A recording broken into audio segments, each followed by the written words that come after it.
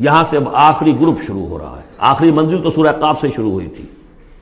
چھٹا گروپ مکی اور مدنی صورتوں کا یہاں ختم ہو گیا. 7 صورتیں حسین ترین صورتیں قرآن کی.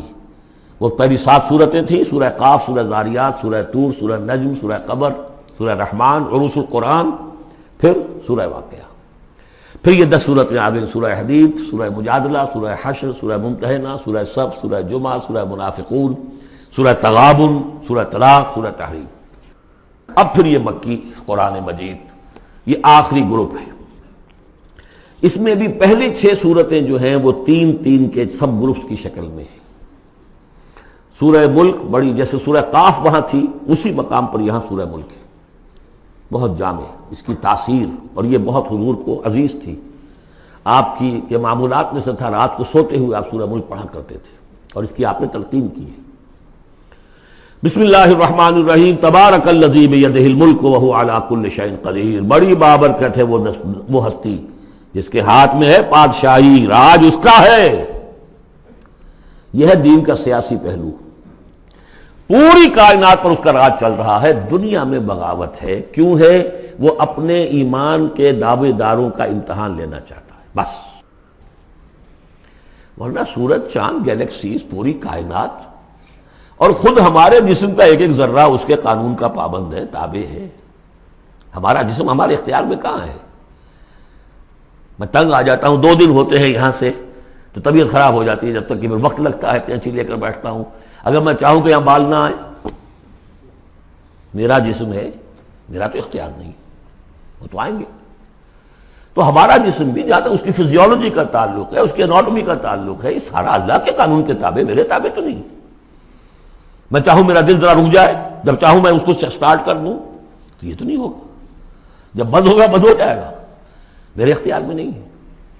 لیکن یہ کہ جو ہماری اختیاری زندگی ہے اس میں ہم نے طے کر لیا ہے کہ اللہ کی نہیں مانیں گے، اپنی مانیں گے، اپنی مانیں گے، اپنی بیویوں کی مانیں گے، اور جو بھی نظام ہے اس کے ساتھ وفاداری کریں گے، چاکری کریں گے، ان کی ملازمت کریں گے، ان کے رتھوں کے اندر ہم بیل بن کر جتیں گے تاکہ ہمیں عیش ملے، دنیا کے اندر ہمارے لیے مقامات ہوں، ہماری عیش بس اللہ اللہ خیر صلی اللہ. تو یہ ہے اصل میں امتحان.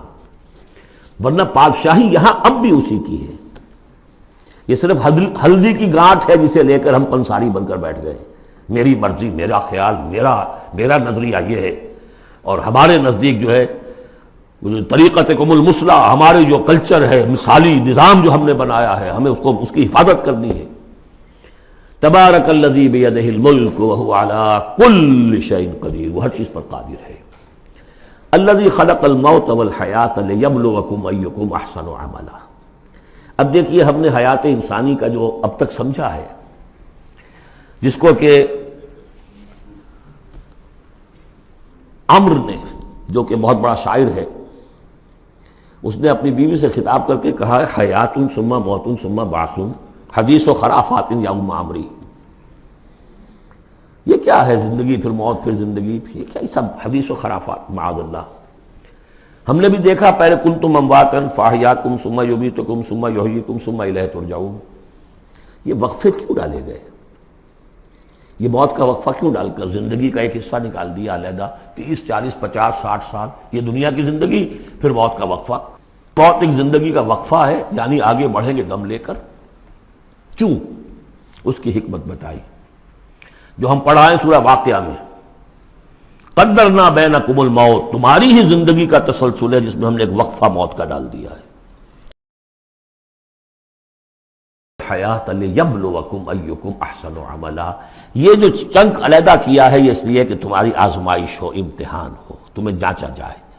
وہ 3 گھنٹے کا امتحان ہوتا تھا جو دیتے تھے تم کبھی اسکولوں میں، اب یہ 30 برس کا سمجھ.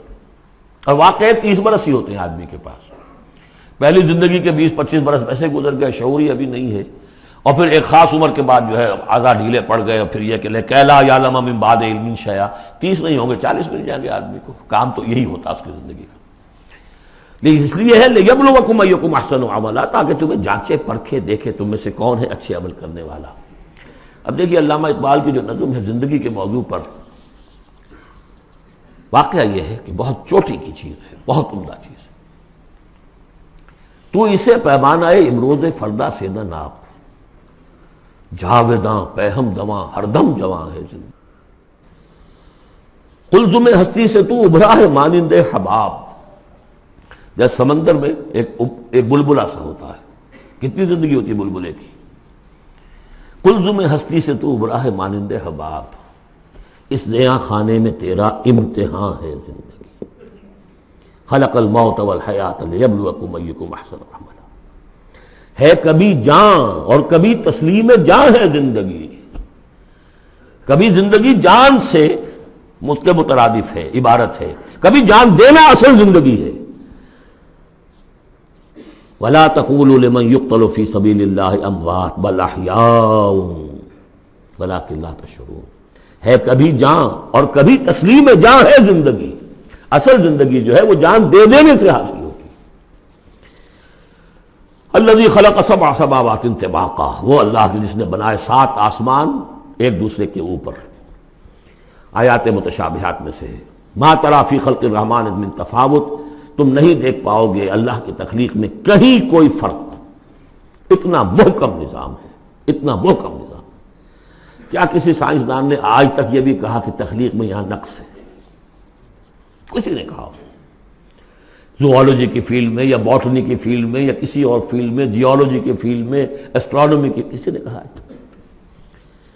ما تری فی خلق الرحمن من تفاوت فارجع البصر هل تری من فطور، پھر ذرا دوبارہ لوٹا لو اپنی نگاہ، دیکھ لو، ہر میدان میں دیکھ لو، کہیں تمہیں کوئی رکھنا نظر آتا ہے؟ اگر یہ تخلیق کامل ہے تو کامل حقیقت میں کون ہے؟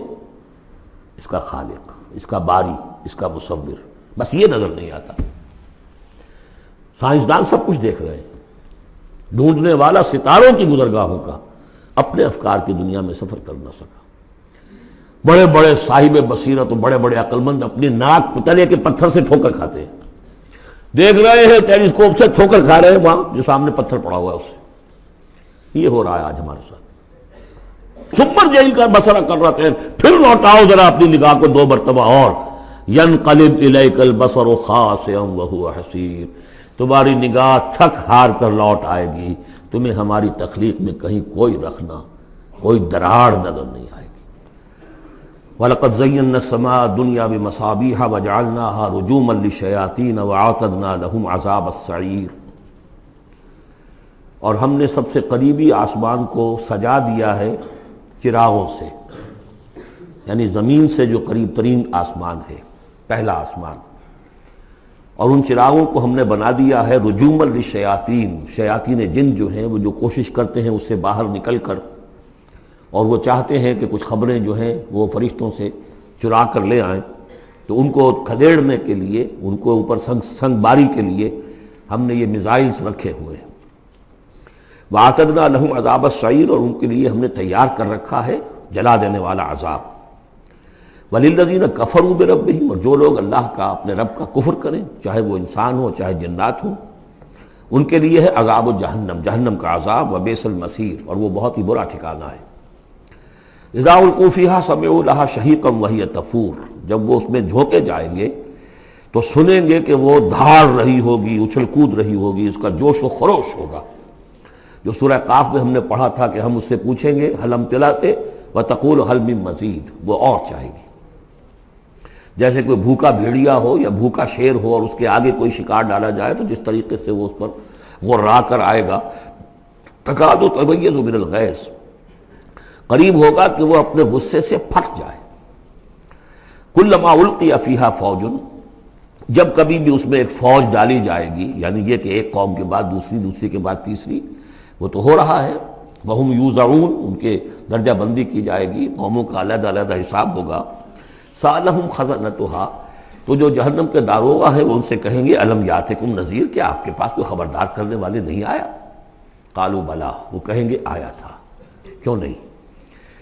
قد جاءنا نذیر، ہمارے پاس خبردار کرنے والا آیا، فکذبنا، ہم نے انہیں جھٹلا دیا تھا۔ وقلنا ما نزل اللہ من شیء، اور ہم نے کہا کوئی شے نہیں اتاری اللہ نے، یہ تم خام خواہ کہہ رہے ہو کہ تم پر کوئی قرآن اترا ہے یا تورات اتری ہے۔ ان انتم الا فی ضلال کبیر، ہم نے اس سے بھی بڑھ کر کہا کہ تم تو خود کسی گمراہی میں ہو، کھلی گمراہی میں مبتلا ہو گئے ہو، تمہیں کوئی آسیب آ گیا ہے یا کچھ اور ہو گیا ہے۔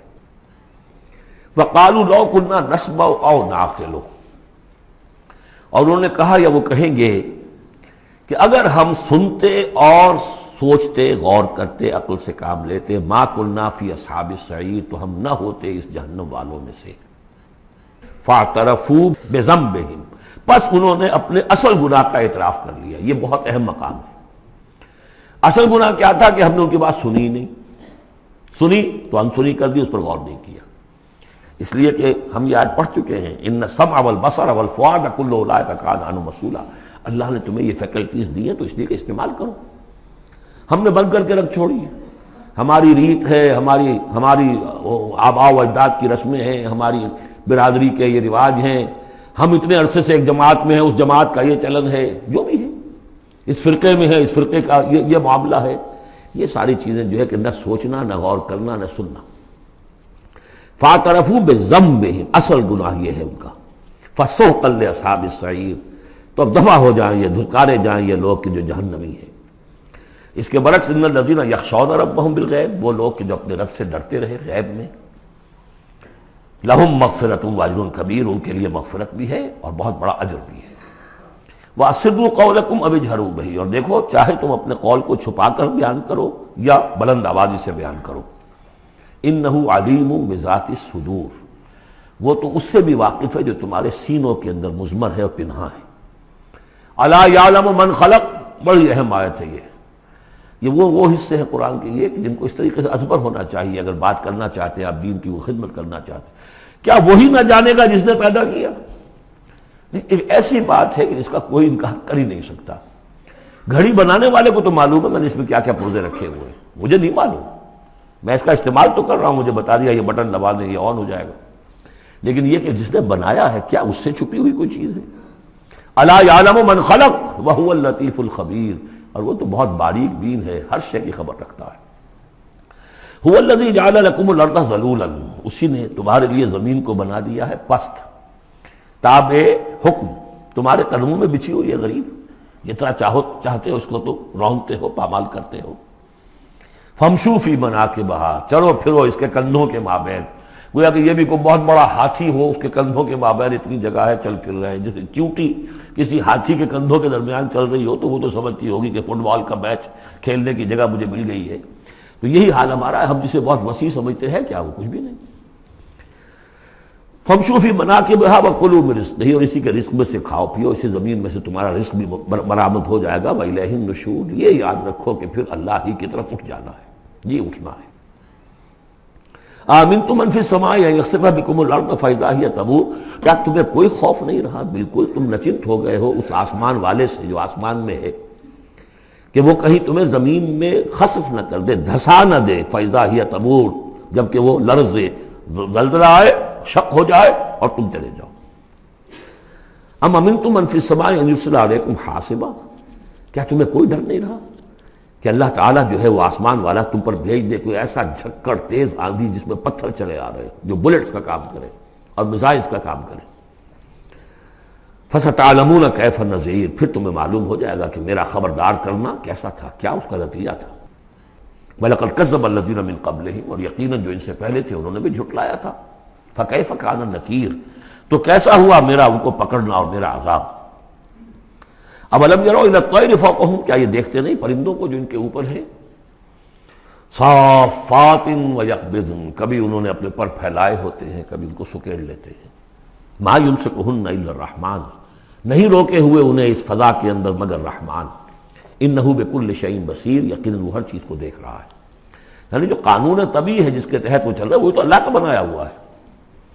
امن ھذا الذی هو جند لکم ینصرکم من دون الرحمن، بھلا وہ کون ہے جو تمہارا لشکر بن جائے اور تمہاری مدد کرے رحمان کے مقابلے میں؟ ان الکافرون الا فی غرور، نہیں ہے یہ کافر مگر دھوکے میں آ گئے، بہکاوے میں آ گئے۔ امن ھذا الذی یرزقکم من امسک رزقا، پھر بھلا کون ہے وہ جو تمہیں رزق دے سکے اگر اللہ اپنے رزق کے خزانوں کو روک لے؟ بل لجوا فی عتو و نفور، نہیں یہ لوگ اپنی شرارت میں اور نفرت میں بہت آگے بڑھ گئے۔ افمن یمشی مکبا، یہ آیت بہت اہم ہے حکمت قرآن کے اعتبار سے، فلسفے کے اعتبار سے۔ افمن یمشی مکبا علی وجہہ اہدی امن یمشی سویا علی صراط مستقیم، دو انسانوں کا تصور کرو، ایک شخص وہ ہے کہ جو اوندھے منہ پیٹ کے بل گھسٹ رہا ہے، ایک وہ جو سیدھا کھڑا ہے، سیدھے راستے پر چل رہا ہے۔ کون ہوگا زیادہ ہدایت پر؟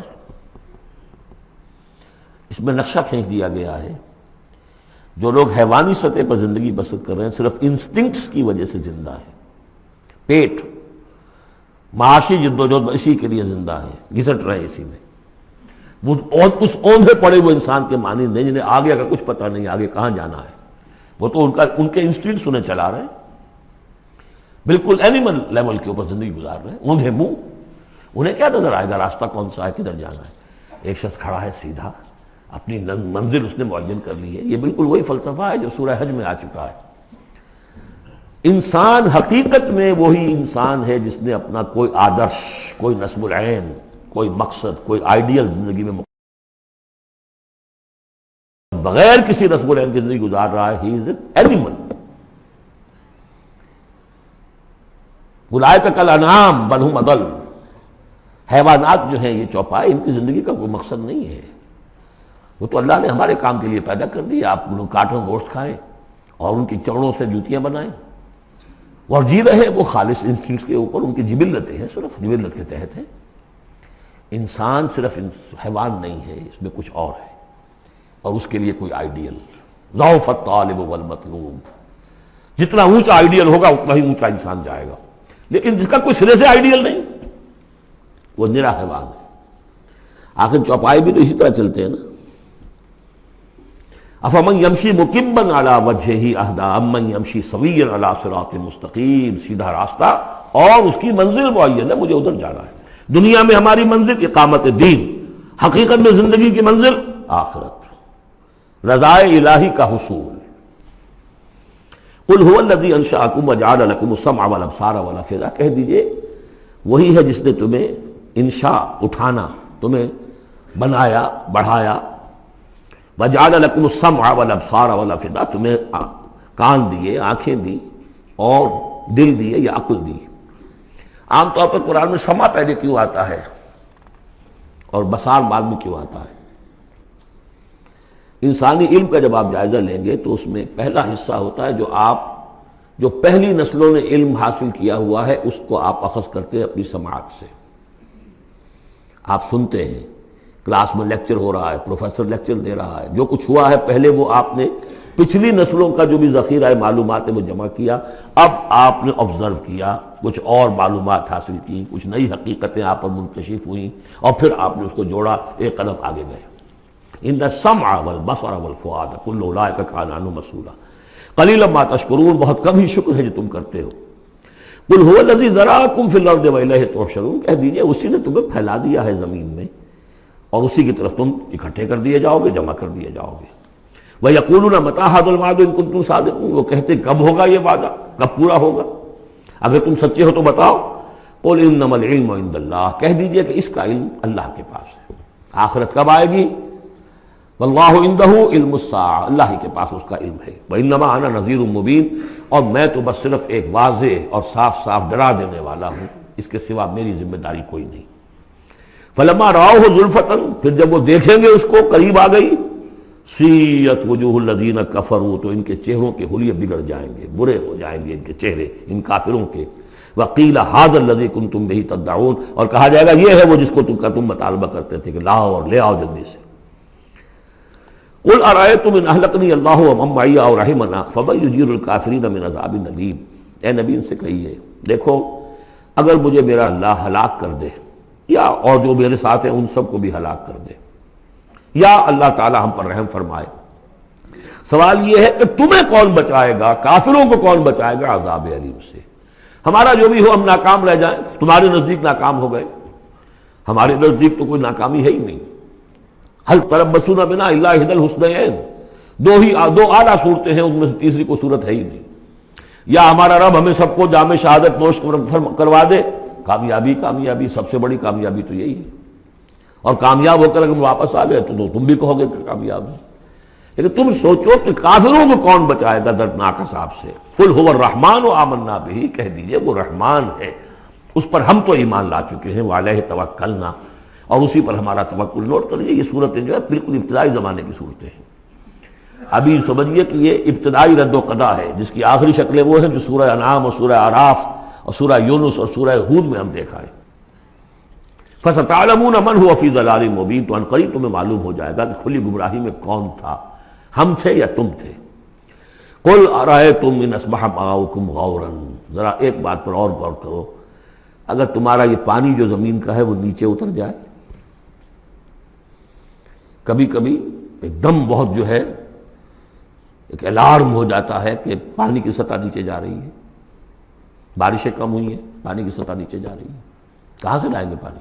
وہ تو پھر بھی ابھی ایک حد تک ہی نیچے جاتی ہے، یہ پانی اور نیچے چلا جائے۔ فَمَنْ يَأْتِيكُم مِّن مَّاءٍ مَّعِينٍ، کون ہے وہ جو لائے گا تمہارے پاس وہ پانی صاف نتھرا ہوا پانی؟